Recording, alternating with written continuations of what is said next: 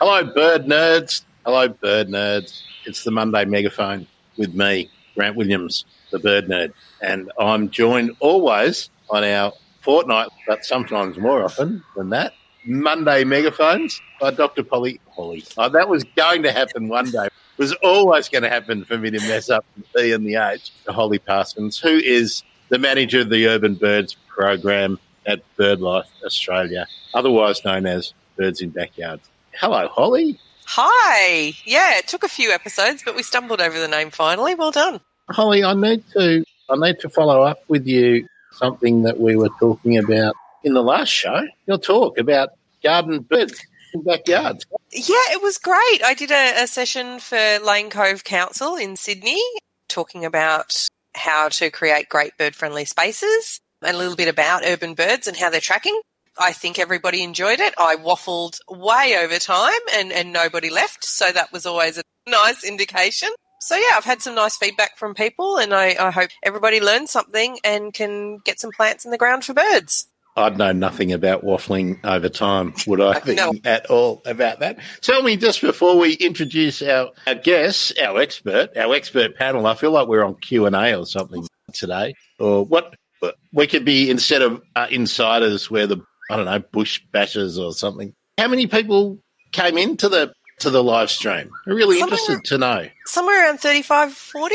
That's really Yeah. So really it's usually I tend to find when I do a free webinar, we've got about a 50-50 rate. So I think they had about 50 or 60 people, I think, register, and about half came, which is about standard for a freebie. Yeah. Oh, that's really good. How often do you do something like that? Oh, look, I tend to at least talk about birds in backyards and doing surveys and things once every couple of months. So just within the Urban Bird program, there's usually one webinar every 2 months. And then, there's a few scattered ones depending on who's keen to hear me talk. So this weekend I'm going to be at Eden Park Nursery in Sydney on Sunday, talking in person. It's my first in-person event in a couple of years, talking about bird-friendly gardening, and we're going to have a bit of a walk around the nursery, which will be really exciting.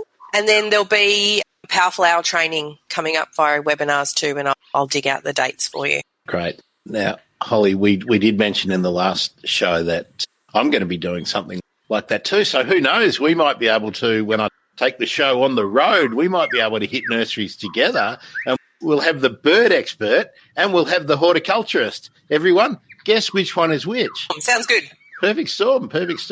All right, introductions time. Hello, Fiona Backhouse, you've been doing work on the Albert's lyrebird, which is the less famous but equally spectacular of the Australian lyrebirds. And while we've got Fiona in with Holly and Matt, where we're talking about urban birds generally, the urban expanse is having a bit of an effect on Albert's lyrebird, and Fiona's just published a paper all about it. So, Fiona, the floor is yours.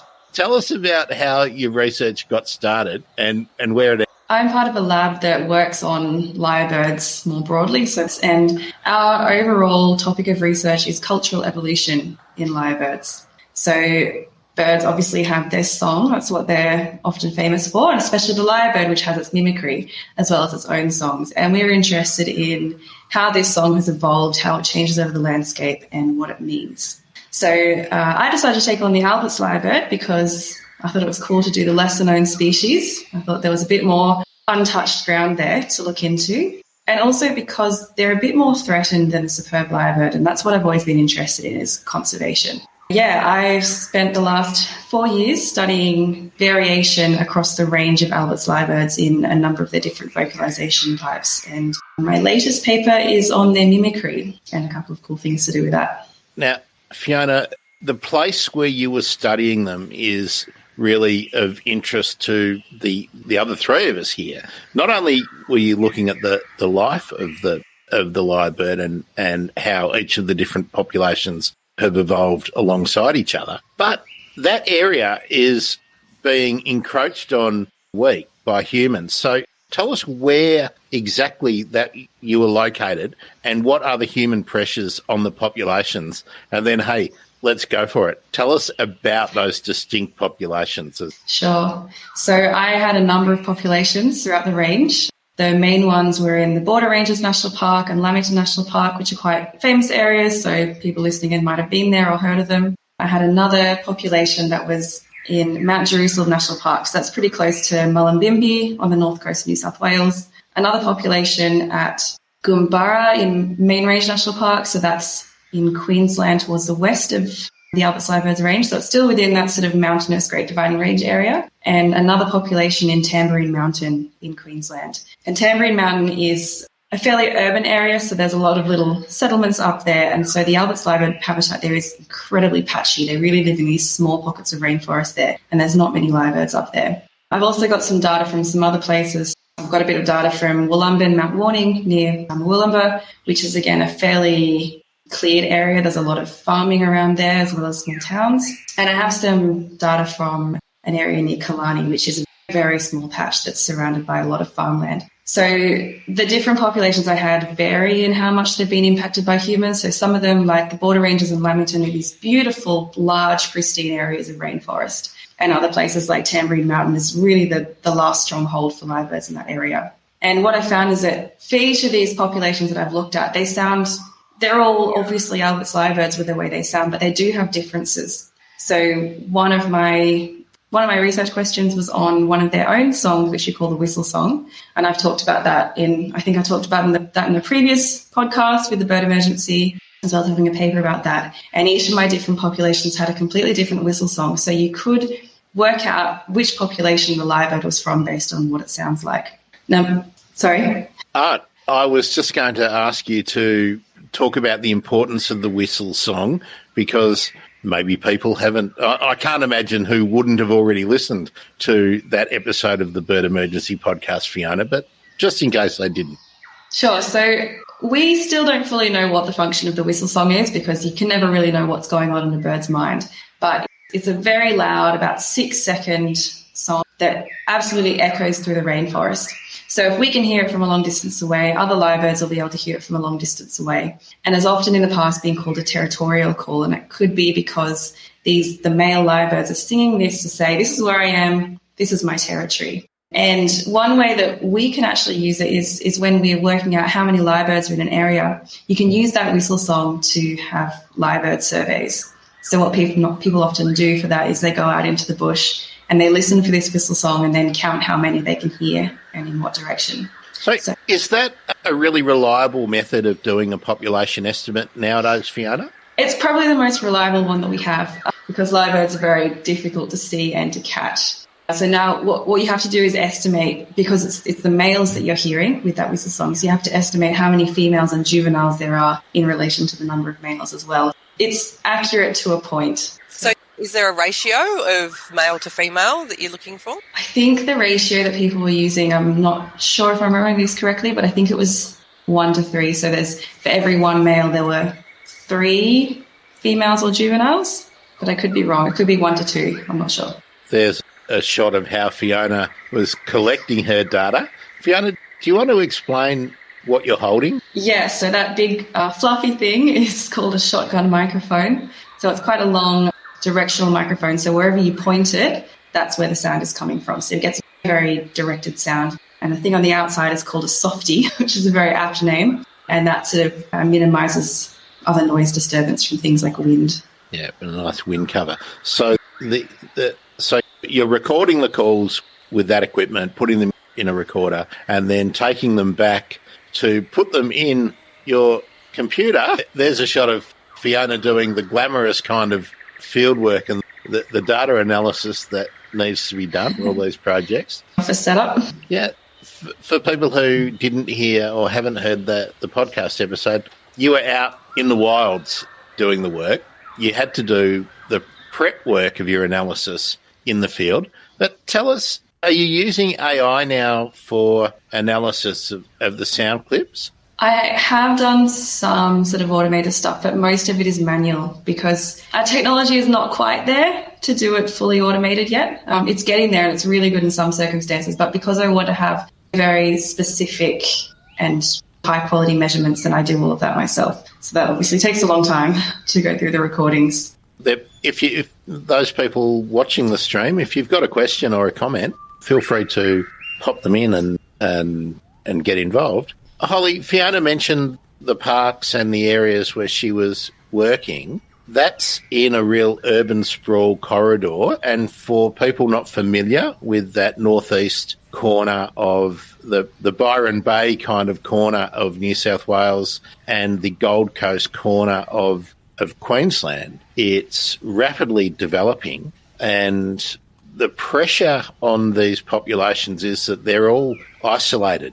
They're not connected to each other. Now, what I was interested to ask you, Holly, was with the surveys that happen through Birds in Backyard and the wider surveys with BirdLife Australia, was Alberts popping up in any of the regular surveying? Oh, you're asking me a very tricky question. I'll need to dive into the data. I can't recall seeing Albert's lyrebirds popping up in the Birds in Backyards data, but that's not surprising because there would not be considered to be a particularly backyard type bird that's going to just be popping through unless you are right on the edge of a really good patch of habitat. I will dive into the data right now and have a look. They do pop up in the general bird surveys, but again, very restricted range, very hard to find. So when you're needing the specialist techniques like what Fiona has been using, audio calls, you're only going to be very lucky to be stumbling across actually seeing one to report one for a survey, for sure.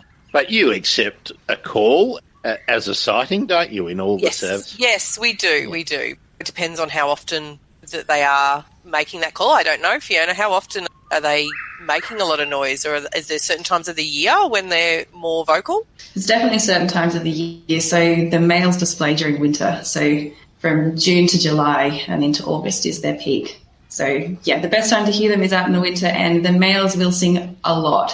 So I had some individuals that would sing constantly for about 3 hours or so every morning. Then have a bit of a break and then sing again over lunchtime, then another break and then sing again. So if you go out in winter, you'll hear them a lot.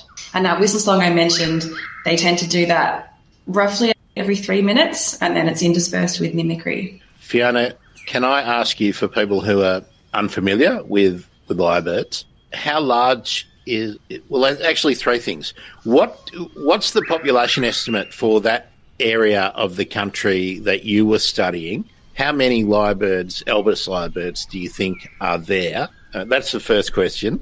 The second one is, I was right, wasn't I, in that they're not interconnected populations, so each one of them is individually at risk from a whole lot of things.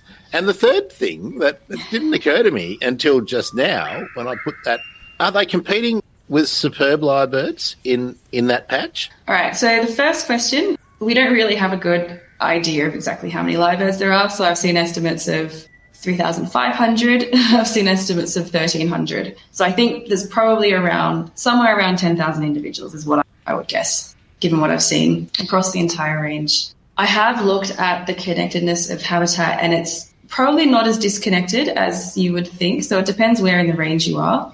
There are isolated populations, like that population at Tamborine Mountain I mentioned. There's also a very small one that's estimated at only 10 individuals, which is near Ballina in New South Wales. And then, some populations are a little bit isolated, but in still reasonably large pockets of land, whereas others, they're connected, but they're in really thin habitat corridors. So there is actually some work going on with, I think, the Tweed Council and some other areas that are trying to improve connectivity between those populations. That's a really good sign that things might be improving. And in terms of competition with superb lyrebirds, as far as we know, there's no overlap between the two species. So I've personally never been to the area that's closest to where the two ranges are, but they're not known to occur in the same area. Okay, now this is the bit where I get to go, newsflash, over to you, Holly. Oh, look, I've just dived into bird data. So I do actually have 3 records of people who have recorded Albert's lyrebirds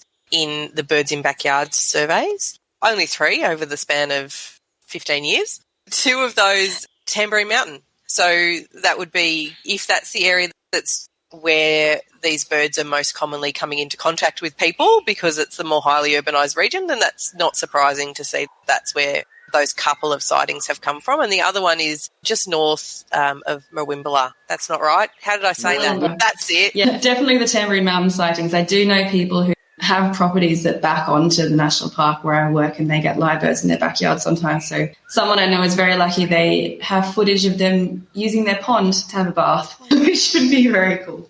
So there you go, Holly. They were probably some of Fiona's birds. Very possible. Now, I want to come back to you in a few minutes to talk about what your conclusions, your main findings in your paper were. But let's go to Matt now, because Matt's new to the gang. Hiya, Matt. How you going? Good, thanks. Now, Matt, you're doing your work out of University of Sydney, and you're undertaking a PhD. But you're one of the Big City Birds gang, huh? That's right, I am. I was there before it was called Big City Birds. Again, for people who aren't up on the latest in the bird emergency world, Big City Birds is what has evolved from the wing tags project, and then looking at bin chickens, the urban white ibis. What are we calling it now? Is it the Australian white ibis? It's not the sacred ibis or the bald ibis, Holly? Still, it's the Australian white ibis is the official name, but as you said, it goes by many names. Okay, and of course people in the urban centres of Australia will be familiar with the white ibis, who are now scavenging in our bins and at the tip and all those kind of places.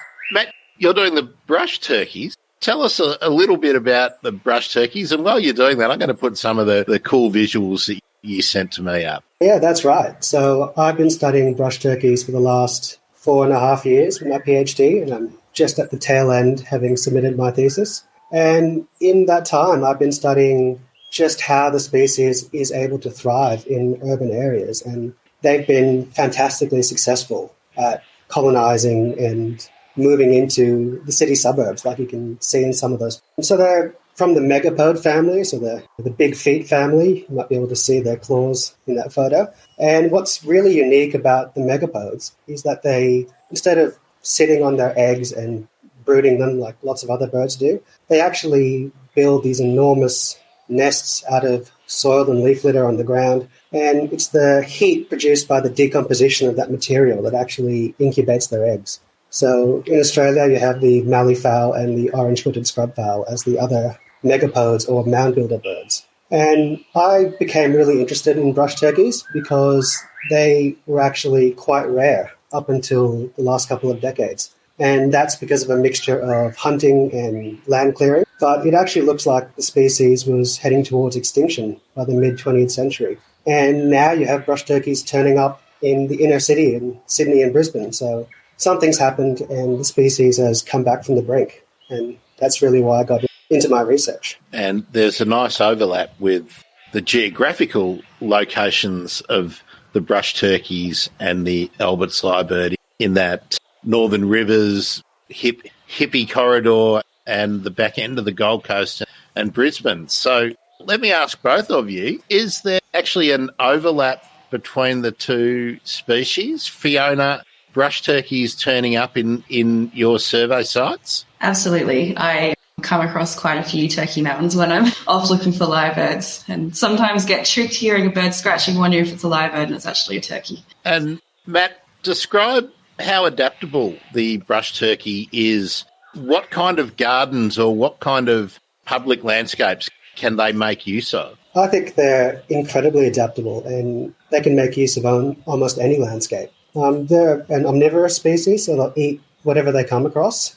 So they actually don't need that much green space or that much resources to survive. They can scavenge in people's backyards with a minimum of vegetation. What's probably a bit more challenging for them is finding the locations to build their nests, because they actually require a fair amount of space and several tons of soil and leaf litter.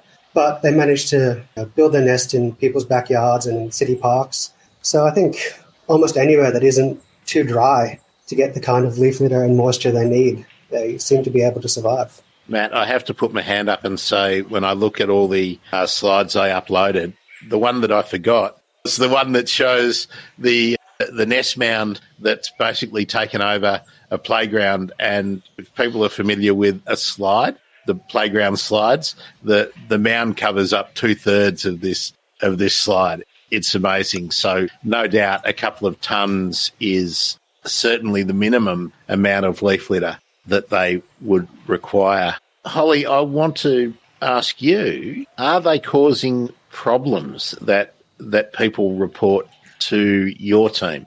They are one of those birds that people either have a real affinity for or, like you said, Grant, can cause some issues. So you have some people like myself who admire their tenacity. In fact, that they have come back from the brink. I know I'm in Wollongong, so just south of Sydney. Up until even 5 years ago, it was very rare to see a brush turkey. It's still not entirely common, but there are some locations where there are a good number of them and you can see that sort of spread starting to happen. But yes, they are a problematic bird for a lot of gardeners, and it's around that mulch. It's the fact that they are disturbing so much soil and so much mulch and taking over gardens, often in places where people are particularly wanting to have some space, and then you get a giant brush turkey mound in the middle of your yard, and it can cause some issues if you're wanting to use it. Matt, do you have recommendations for how to minimise? I get asked a lot, and I know you can do the chicken wire under the mulch to try and minimise things, but does that work? I've heard a lot of recommendations and I've seen a lot of them tried out, and my conclusion is there's no single way that's definitely going to keep a brush turkey out, but everything might work and everything might help. So anything which makes it difficult for them to dig and scratch in your backyard. So like you said, using chicken wire, or if you have a layer of gravel on top of your mulch or large sharp wood chips, they don't like digging in that. So they're more likely to move on somewhere else, but it's not guaranteed. Legislative-wise, are you allowed to dismantle a turkey mound, or do you have to leave it alone? Technically, you're not allowed to dismantle it once there's eggs inside the mound, but it's almost impossible just looking at a mound to know it has eggs. So my recommendation is usually, if it's still in the construction phase, it's fine. But as soon as it's full size, it's got that plateau shape, you can't touch it without possibly damaging eggs. Okay. And if you leave it too late to clear anyway, males have a tendency to keep coming back to the same spot. So my advice is, as soon as you see a male come in and start building a mound, try to remove the mulch and move him on, and he'll probably find a better spot. So I'm guessing from that statement, Matt, you can provide an environment in your garden that is not conducive to invasion by a brush turkey, but at the same time it may not be conducive to growing your plants. That's right. If you pave over everything, the turkey's going to have no interest in your garden, but neither would most people, I think. That's right. Just a question again for both of you. How far south has the brush turkey extended its range that you know of? And how about extending westward into other sort of towns and environments that, like towns that have great public gardens? Brush turkeys just turning up. It's really interesting you ask that, because they seem to be expanding further south and further west now. And Holly mentioned she's seeing them occasionally around Wollongong now, and they don't go much further south than that. But we actually have historical records as far south as Cape Howe and even Jindabyne. So they clearly have the potential to expand further south, but we think their range is actually smaller now than it was historically. I'm waiting for the dramas that occur when they've invaded Melbourne, the eastern fringes of Melbourne, and are getting into all of the hippy-dippy types who are building amazing specimen display gardens and going on all those postcard shows and have opened up their bed and breakfast and whatnot. And then the army of brush turkeys come in and destroying their permaculture dreams. And anything interesting in your surveys, Holly? Look, I've got a few records from down around sort of Pambula, so that's getting very close to the Victorian border. Only a few records, though. The vast majority are up through Sydney and north. Wollongong has, a reasonable little population, all centering out from the Botanic Gardens, unsurprisingly. And, look, there are some records further west, even to Blue Mountains and beyond. So it'll be actually really interesting to break that down year by year and see if we can notice when that spread was happening. Yeah, what I had in mind was Toowoomba and Orange and places like that have amazing public gardens, and they might be hit with the double whammy. They might be getting brush turkeys and cane toads at about the same time. Yay! Look, none around Orange, not quite that far yet.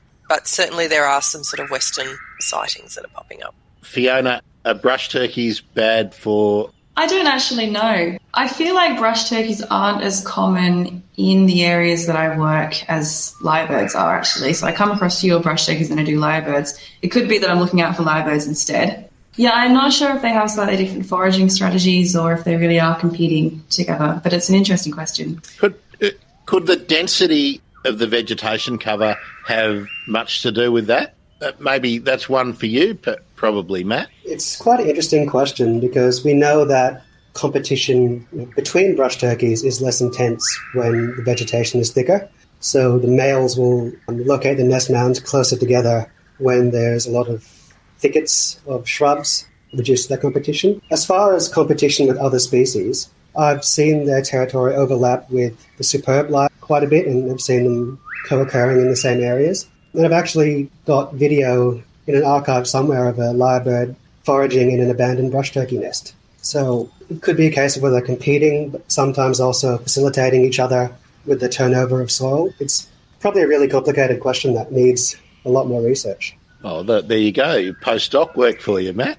Matt, I'll just ask you now because I'll forget later. If you can find that in the archive and I'm allowed to put it on the website, I'd love to do that. Absolutely, I'll look it up. Yeah. Fiona, are they generally similar habitat types? I'm displaying my non-scientist proclivities here, but tell us what the habitat type.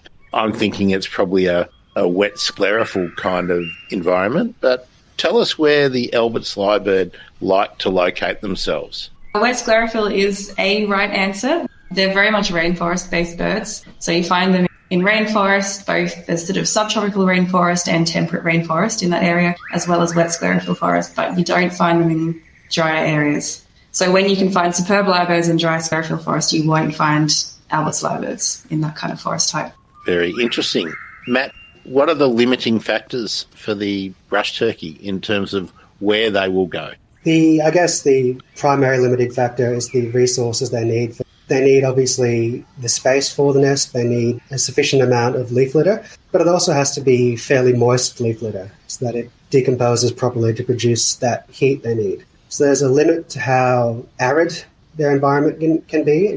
For example, you're not going to see them overlap the same kind of dry habitats that the malleefowl will use because they just need more moisture than that. And I would think that temperature as well. If it gets too cold, the heat from the nest will probably be insufficient to incubate the eggs. So perhaps the gardeners of the Dandenong Ranges and Macedon and Wood End are safe? I wouldn't place any bets because brush turkeys have consistently surprised people who've said they can't spread any further. But eventually there'll come a point where it's probably too arid. All right. Holly, a question for you to encompass both species. What's the conservation outlook, do you know, for both of these? What are they tagged as at the moment? Oh gosh, good question. Brush turkeys, there is no. No, they are no fine. Yep. They are fine. Alberts, I believe, are listed. Fiona will probably know more than I will. Alberts are listed as near threatened at the moment, but in New South Wales they're listed as vulnerable. So it's a little bit different depending on New South Wales and Queensland. Okay, let's continue on with that theme for just a minute, Fiona. What are the threats for the Albert's lyrebird? Which are human-induced and which aren't? And I guess, is it increasing? Are the threats increasing, in your opinion? Pretty much everything, I guess you could say, is human-induced. So their past threats were logging and habitat loss, as well as being shot, which we have a great proclivity to do. Their current threats, we think, could be things like foxes and cats, so introduced predators, and also increased fire. So in the 2019-2020 bushfires, about a third of their habitat burnt, and that's in areas that really shouldn't be burning. So if fire gets worse in those areas, that's going to become a really serious threat to Albert's lyrebirds. That's probably the biggest danger for so many of those forest and woodland birds and farmland birds. Let's be honest about it. Holly, I know there's probably no research or anything to back any of these views up, but what's your gut feeling about how fire is going to threaten birds that we think are common, like birds that are at back of mind when we raise conservation issues? Oh, yeah, look, I think there's no doubt that inappropriate fire management regimes can impact on a whole range of birds, and we certainly see that with powerful owl, that prescribed burns, so burns to keep leaf litter down and reduce the risk of extreme fire, often happen for powerful owls when chicks are fledging, which means that they are particularly susceptible because they're not able to move. So that could be... Sorry, Holly, I just want to interject. Is that now, like at the moment, at Melbourne today has prescribed burns going on in precisely the kind of habitat that we're talking about. Now, very few people are objecting to any kind of controlled burns because our disastrous fire seasons are in the mind, but are these a problem? And I'll come after Holly to both of you, Fiona and Matt, about the fire regime. Yeah, sure. So at the moment with powerful owl, we're seeing that they're pairing up and they're starting to breed. So that's when they're particularly sensitive because they're selecting a nest hollow, and so this is their opportunity. They can get spooked quite easily at this time. And then we find in Sydney, at least, we tend to do a lot of our burns in spring, which is when the chicks are just fledging. And so that's when, again, the young birds are very susceptible because they're not able to move away well enough in terms of those burns coming through. But then at the other end of the spectrum, you don't want massive wildfires ripping through areas as well. And we're going to see all the climate change modelling predicts that you're going to see more extreme weather events, more extreme fire events. And so those sort of massive catastrophic burns are, of course, going to decimate entire landscapes, which is going to result in not only a loss of the wildlife themselves that are not able to escape the fires, but you're going to see, particularly, I think, hollow nesting species are likely to be probably even more affected because you're going to get a loss of those hollow bearing trees. And so while you might get some trees that are able to recover, and a lot of Australian trees regenerate post-fire, but those hollows take such a long time to form. And so if they are taken out of the landscape, then those hollow nesting birds and other wildlife are really going to struggle. Fiona, things like controlled burns impacting Albert's lyrebird in your study area? Most of the places would not be burnt. So because they're occurring in rainforest, you don't get controlled burns in that kind of area. But I know there are some bits of wet sclerophyll forests that have been deliberately burnt in the past. And I think probably the real danger is if you burn these forest types too frequently, you're actually going to end up changing the forest type. So if you keep burning wet sclerophyll forests, you're not going to get the same species growing back eventually. So there's a danger that they're going to lose habitat if that happens. But I don't think there's very much of that happening for Albert's lyrebirds. So if we were on Q&A, I would now say I'll take that as a comment. Matt, have you got anything you want to say about prescribed burns and the fire regimes generally? Honestly, we don't know how fire affects brush turkeys or how brush turkeys affect fire for that matter. But certainly a lot. Great. And isn't that really the point for so much of this? We just don't know. Absolutely.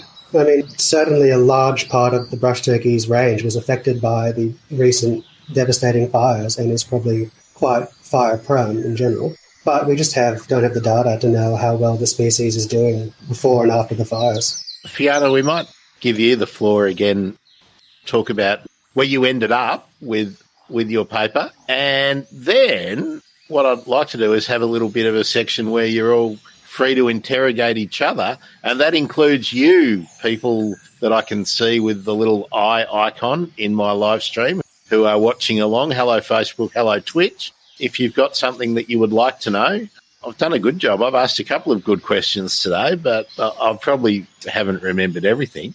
So, Fiona, tell us about where you ended up and what was the main theme of the paper you published. And, hey, tell us where people can read it too. Yeah, so I recently got to publish one of the chapters of my PhD, which was great. And that was looking at sequences of mimicry in the lyrebirds. So what you find with Albert's lyrebirds, when they sing their mimicry, it seems to be in this sequence that's the same or similar every time. So that had been noted before, but never actually confirmed. And so what I did was confirm it, essentially. So I got long recordings of Albert's lyrebirds singing, and I classified all the mimicry, and then I did a type of sequence analysis. And I found that within males, each male sings a similar sequence of mimicry each time. So he's repeating the same things in a very similar order. What's really interesting is that within populations, all the males are singing things in a very similar order. So they seem to be what we call socially transmitting the sequence. So male lyrebirds are actually learning how to order their mimicry by listening to other male lyrebirds in the population, which is really interesting and something that's not really been shown much before in birds, and definitely not in mimicry. So that's cool. And the other thing that we found was that they actually order their mimicry so that you get a high acoustic contrast between consecutive vocalizations. So you might have, when they mimic, they'll sing something with a really high pitch and then something with a really low pitch, or something that's really loud and something that's really soft. And that kind of creates the impression of a greater diversity of sounds. So they seem to be organising what they're singing to show off just how many different sounds they can make, which is pretty cool. So one chapter of the PhD, have you submitted everything? I have, yes. So I think I'm in the same stage as Matt by the sound of things, so I submitted and I'm just waiting for feedback. Okay. Now, Holly, you've been down that path. I think a lot of people don't know what you have to go through to get to the stage of completing a PhD. So before we go to question and answer, our internal question and answer, Holly, can you walk us through the process of applying to do a PhD and then what you need to do, just so the non-academic types who may be watching and consuming get an idea of the kind of commitment that you and these dudes have done? Look, it's been a while for me, so it'll be much more recent for these two on the call. Look, doing a PhD is an all life-consuming activity, really. It's your favourite hobby wrapped up in a really high-stress, long-term job that you have with a really tight deadline, basically. So it's something that you go into because you have a passion, because it involves a lot. It doesn't involve regular work hours. It involves a lot of stress. It involves not a lot of money, really no money along the way. So it's something that people don't enter into lightly. I loved doing mine, but it's really stressful. It's all about finding the right topic that you want to study, finding the right supervisor that you click with and you want to learn from. But it's about framing your own thoughts and contributing to scientific knowledge. And sometimes you can be lucky enough to get a scholarship. Other times you've got to work to make ends meet as well. I know I had a scholarship and then still didn't finish and had to work as well as trying to finish a PhD, which means the process can drag out for a very long time. And you do all this writing, you finally get it to the point where it's ready to be submitted, and then it goes off to be reviewed, and you wait. Like, these guys are just waiting and waiting, and then in very rare instances, your thesis will be accepted with no comments, and then you celebrate. I think it's very unusual for that to happen. Most of the time it comes back, hopefully, with just some minor reviews, and you make those changes, and then you're released. Otherwise, there may be some major reviews. It depends on your topic and your experts and how you go with it. So I'm hoping for the first two options for you guys. It's a really massive commitment. Now, Holly, you mentioned you have to find a supervisor that you click with and everything.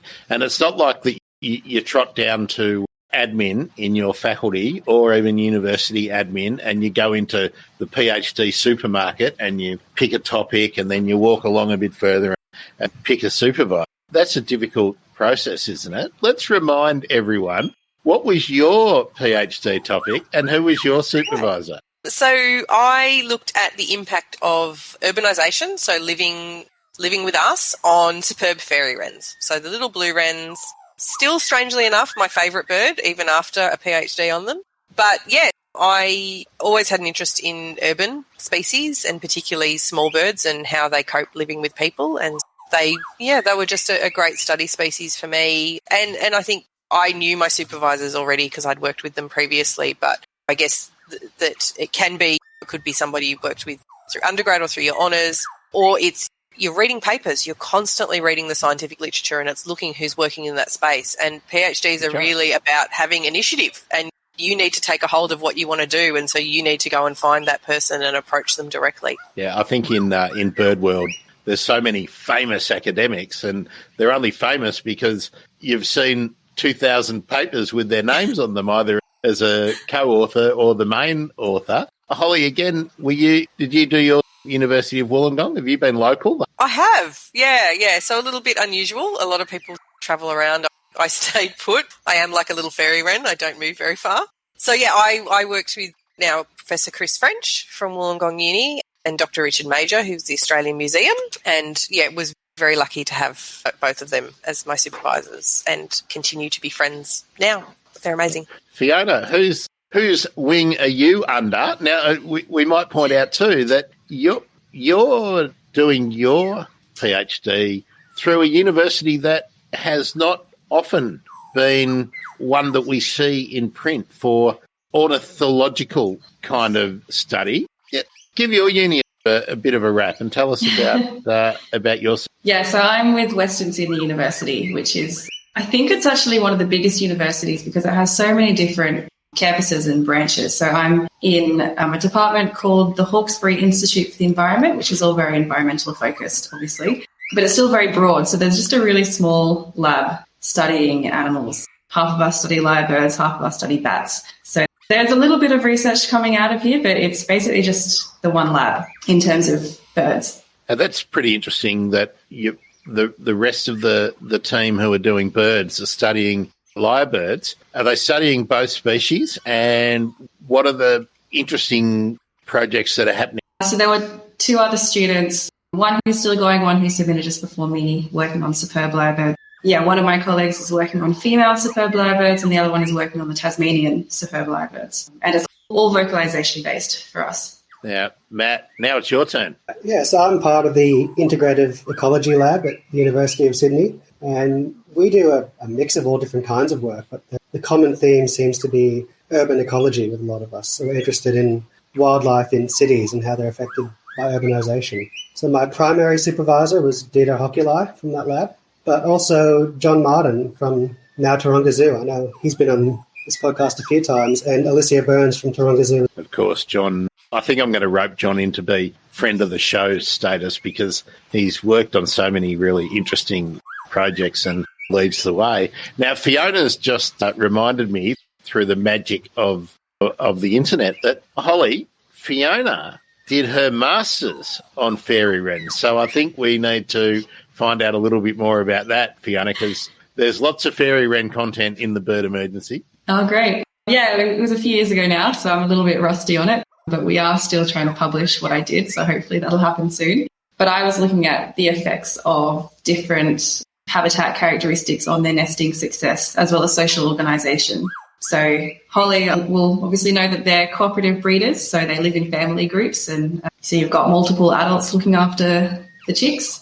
So I was interested in looking at, does the number of helpers impact their reproductive success, how many young they can successfully raise in a season, and does things like habitat type or vegetation density or other various habitat characteristics impact it as well. Now, Fiona, I can't let the opportunity pass but to say, did you listen to the episode of the Bird Emergency as part of the Pint of Science Takeover Week where I spoke to Ettore, who was working in Melbourne and on the outskirts of Melbourne, looking at the complex social organisations of fairy wrens and how many of the group needed to be successful and all kinds of stuff like that. Now, of course, you've listened to that episode, haven't you? I'm not sure. I think I might have missed that one, unfortunately. But I know it's a really hot topic in the fairy wren world, looking at their social organisation, because it's so wacky. Yeah. There's a lot of fairy wren stuff coming up this year for the Bird Emergency, and we'll be following up on emu wrens, the Mallee emu wrens as well, with the translocation issues and the threats still happening there. And Holly, you just reminded me of another bit of the interconnectedness of the bird world. Holly, how about you tell us about... So John Martin, friend of the show now. So John and I did our PhDs in the same lab. So, yeah, there's lots of relationships amongst everybody working at PhD level or academia or research in birds in Australia. And so, yeah, the urban field, of course, is very small. Yes, we're all connected. And I've worked with Dieter on some students as well. And there's more connections keep coming. Yeah, another connection is my current supervisor, Justin Bellbergen, works with John Martin on flying foxes. So there we go. It's never ending. And yesterday I replayed the the discussion I had with Professor David at University of Sydney about the paralysis disease that is affecting flying foxes and lorikeets. And yes, Holly has given us a beautiful comment, and it's dead set. John Martin is our Kevin Bacon. Absolutely. Good on you, John. Now, we're at the point where I think those viewers should interrogate us if they would like to, and we can interrogate each other. Holly, let's start with you. Anything that you want to ask these two while they're sitting in our room? Okay. I guess really basic for Matt, what makes a good brush turkey? Is it just the leaf litter, or is there more to it?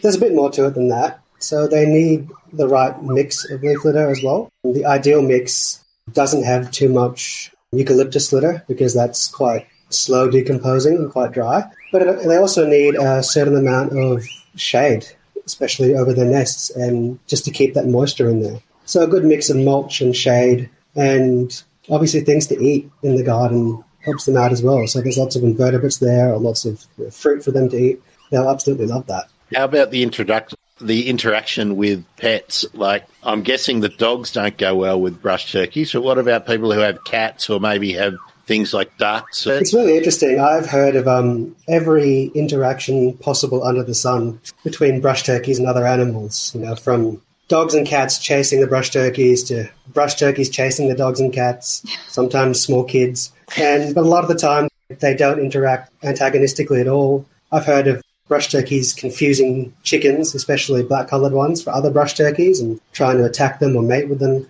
But then I've also seen brush turkey chicks growing up in the same gardens with chickens and then living completely passively alongside them. And even I heard one very amazing story of a brush turkey chick that got caught in a chicken coop with the chickens, grew up with it, and then defended the chickens from a feral dog.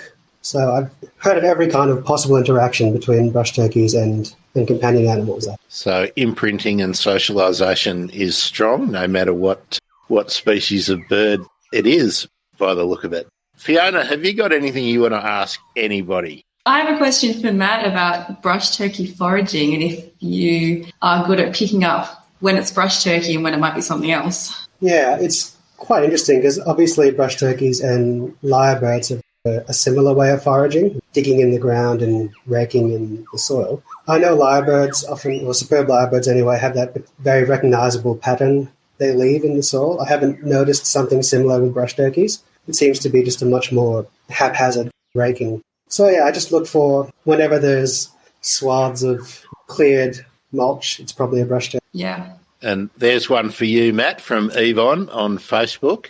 What role do turkey mounds play on bushfires? That is a fascinating question because I've heard a lot of anecdotal evidence and stories from rangers and bush care workers saying that bushfires seem to be lower intensity whenever brush turkeys are around. And we think it's because they will gather all the leaf litter material into these nest mounds, which they then keep really moist and speed up the decomposition of the leaf litter. And so it actually becomes more difficult for the low to medium intensity fires to spread. But once fires become wind-driven and higher intensity fires seem to be driven more by wind, I can't imagine it would slow their spread very much. But it's definitely an area we need further research in.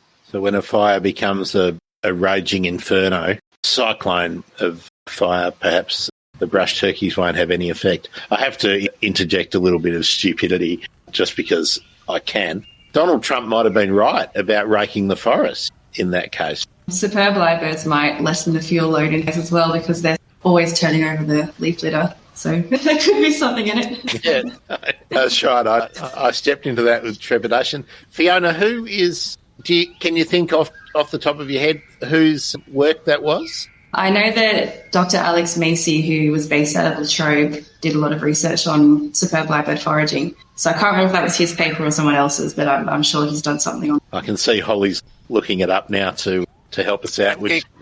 Before we wrap up, I'm watching my Twitter on another screen, and Mark from the Climactic Network has just tagged me in on Twitter about something which is a bit of a worry, that the Ukraine war, just getting up a little bit more detail, is causing a huge problem for the raptors in Belarus, the white-tailed eagle being one of them, that war has allowed all the people who are into nefarious activities with wildlife to go unpunished and unnoticed because everyone's looking elsewhere. Yeah. Now, Holly, what did you find out? Yeah, so look, I'm looking at a paper by a student, so Daniel Nugent, who co-authored.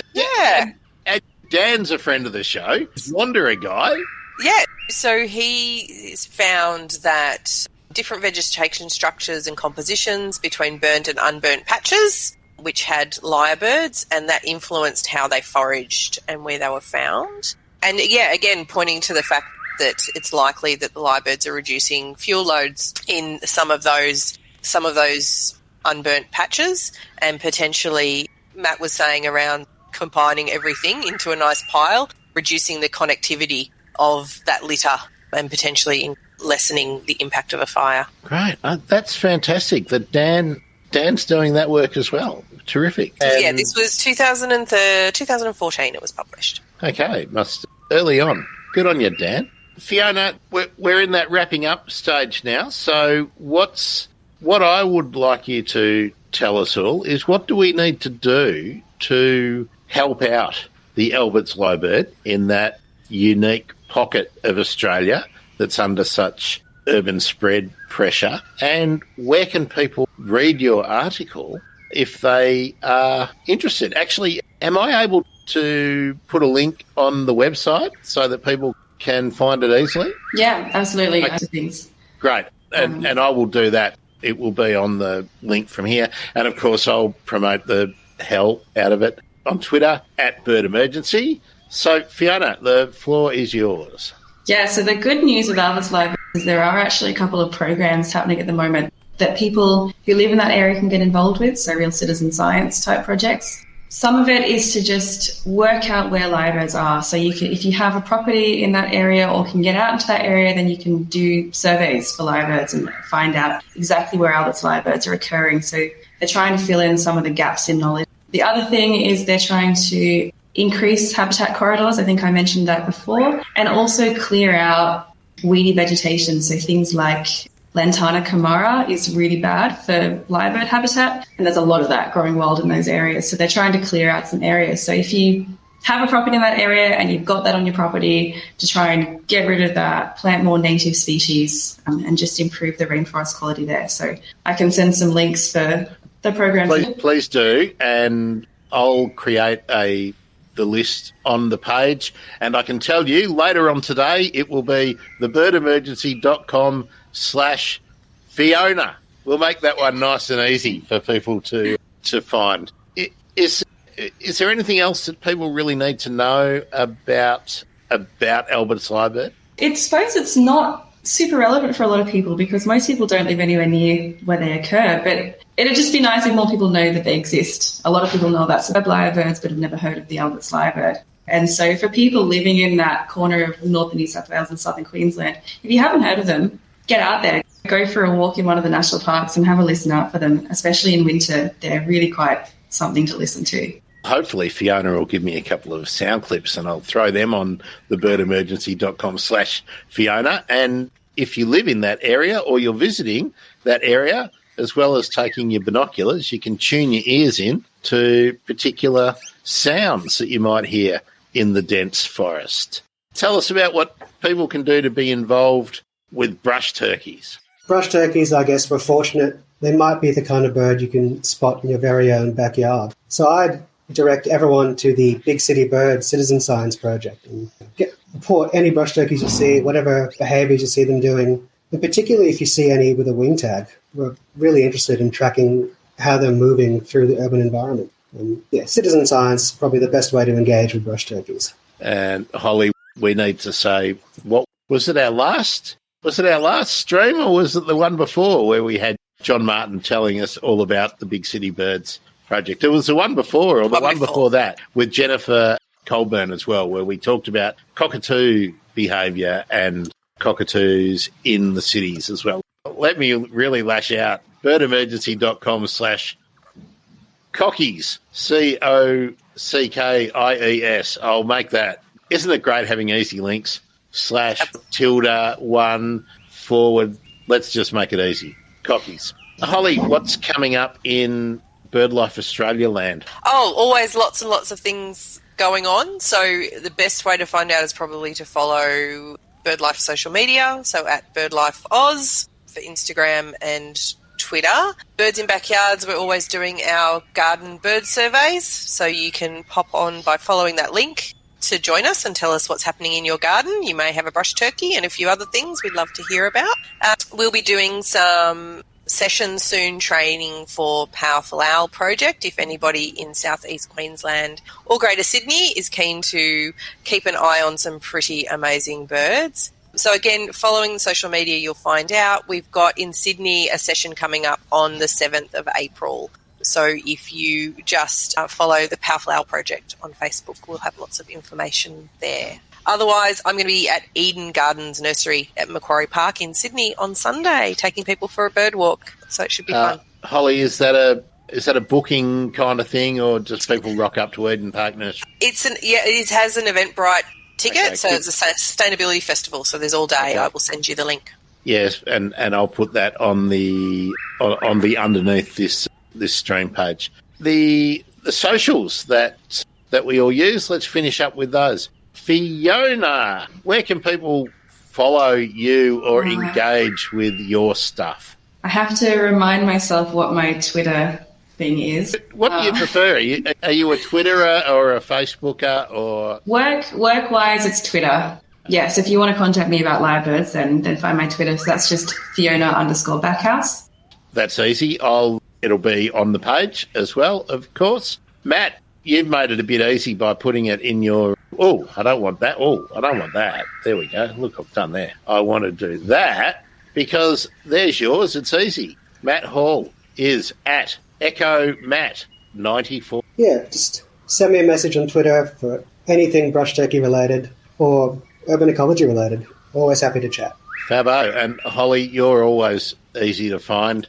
I don't think we've actually had this one. I use Twitter more than everything else, but what's your preferred social media kind of contact if people want to say, Holly, I just saw, I don't know, Bin Chicken making a phone call?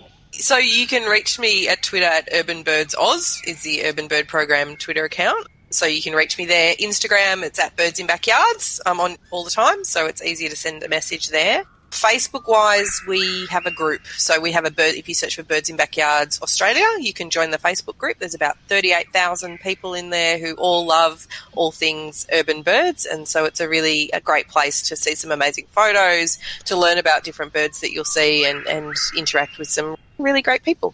Fabo. And if you want to talk to me, God knows why you would, because I'm always out here. There's just too much of me. At Bird Emergency on Twitter is my preferred social media. Bird Emergency is on Facebook, is on YouTube. Actually, there's the thing. I'm trying to get to 500 subscribers for YouTube, so be nice. Go and subscribe. I need to put more effort into the channel. It takes time. But at 500 subscribers, I get access to the community message board, which makes it easier to talk to people who are interested in birds and bird conservation. Hey, go and subscribe. Let's get that happening. And if you're in the conservation world, the bird world, and you want to alert me to something that I should be talking about or covering, email news@thebirdemergency.com. Anything else you want to tell us about, gang, before we wrap up? No, but the crow wanted to tell us something. I wonder what he's saying. Yeah. Agree. Or Fiona, put some water in the water dish. It's empty. Maybe the crows need some research, love. I'm not sure what research is happening on crows at the moment. Yeah, it's postdoc.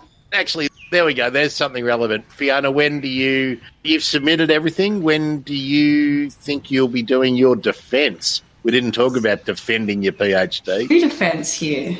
Oh, I think that's interesting. Or we don't have defences. It's once you get your feedback from the examiners, you just have to do whatever they tell you to, and then your supervisor signs off on it, and that's it. Yeah, Okay. yeah. We had a presentation. We had to do a presentation to staff at our uni, but that was it. There's no defence like they do in the States. From what I hear. yeah. I was going to say Claire. I'm pretty sure Claire Greenwell defended had to defend hers. I'm sure she told me about that. And they they live streamed it, I think. So, yeah. How about you, Matt? When's your submission date? And you've done that, yeah? When you're waiting for comments? Who knows how long it will take at this stage. I was advised 3 months, but told to realistically expect much longer than that. Fantastic. And gives you time to be sniffing around for a postdoc opportunity, no doubt. So that's great. Fiona Backhouse from University of Western Sydney, thank you for being involved. You only need one more appearance, and I think you become friend of the show too. Welcome aboard, Matthew Hall at University of Sydney. Holly Parsons, Manager, Urban Birds Program at Birdlife Australia. Thanks again, Holly. It's always great to get you on the screen and talking birds. And for the people on Facebook and Twitch who were joining in, thank you so much, especially Yvonne, for becoming part of the show. I'm Grant Williams. This is Monday Megaphone, the bird emergency, birdemergency.com. You'll notice it's improving hour by hour as I make improvements to the website, which I left unloved for many years. Thanks, everyone. See you next time.